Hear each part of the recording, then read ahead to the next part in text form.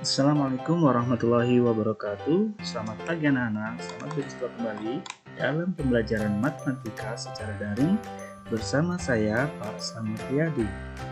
Pembahasan kita kali ini adalah tentang kongruensi. Bagaimana kabar kalian hari ini? Semoga kalian selalu sehat dan penuh semangat untuk mengikuti pelajaran hari ini. Baik, mari kita simak materi tentang kongruensi. Materi tentang kongruensi masuk ke dalam kompetensi dasar 3.6 dan 4.6, yaitu menjelaskan dan menentukan kesebangunan dan kongruen antar bangun data.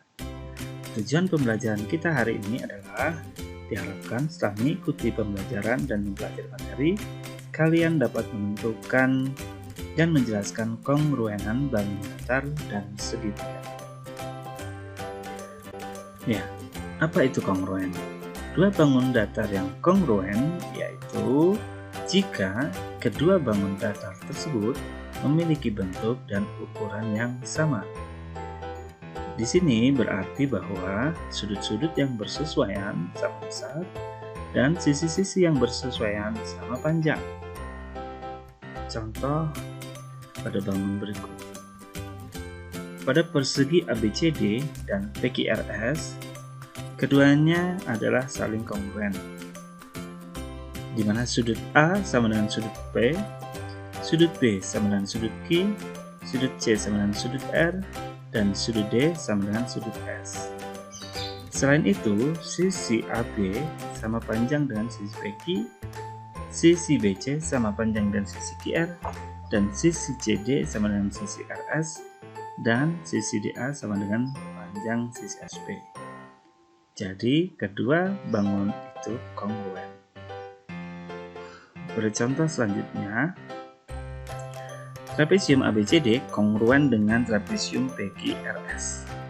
Sehingga, sudut A sama dengan sudut S, sudut B sama dengan sudut P, sudut C sama dengan sudut Q, dan sudut D sama dengan sudut R.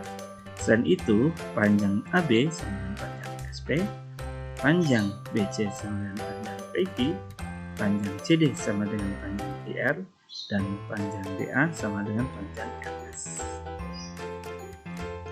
Dua segitiga kongruen jika memenuhi salah satu dari beberapa kriteria berikut. Yang pertama adalah jika ketiga sisinya sama panjang, maka segitiga tersebut pasti kongruen. Hal ini disebut dengan sifat sisi. Perhatikan ilustrasinya.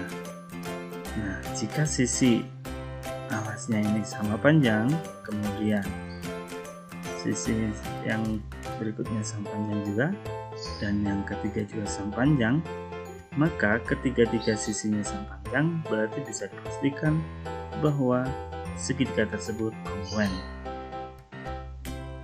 Yang kedua, jika diketahui dua sudut yang sama besar dan satu sisi yang diapit panjangnya sama, hal ini disebut sudut sisi sudut. Ilustrasinya sebagai berikut. Jika diketahui sudut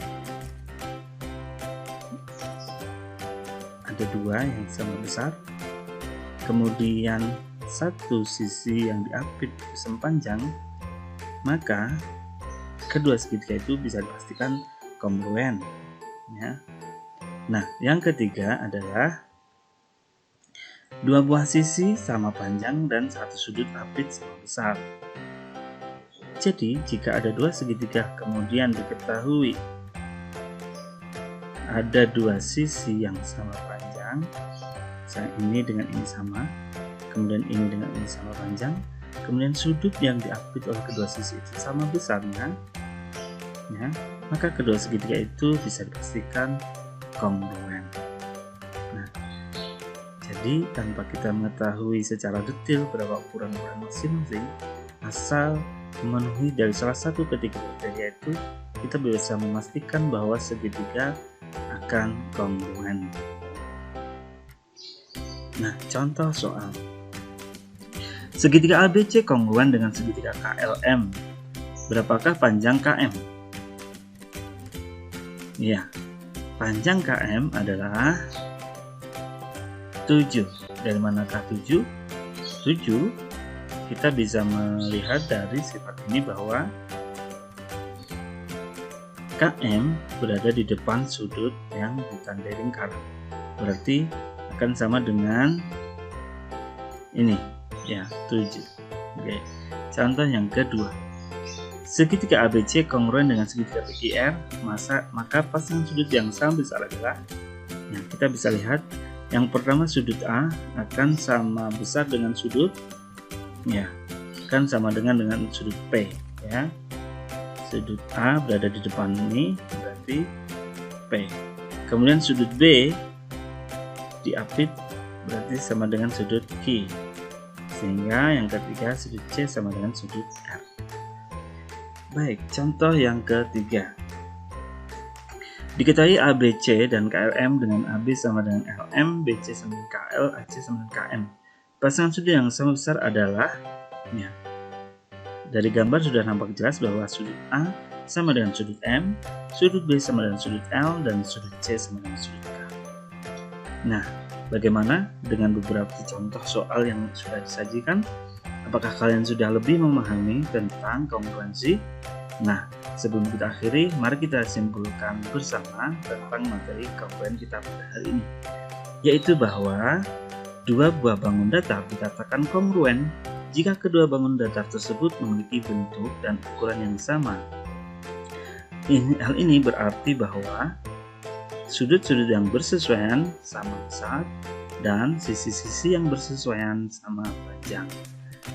Baik anak-anak, demikianlah diskusi kita tentang kongruensi. Semoga kalian bisa memahami dan semangat untuk terus belajar. Dari Pak Guru, cukup sekian. Mohon maaf jika banyak kesalahan. Wassalamualaikum warahmatullahi wabarakatuh.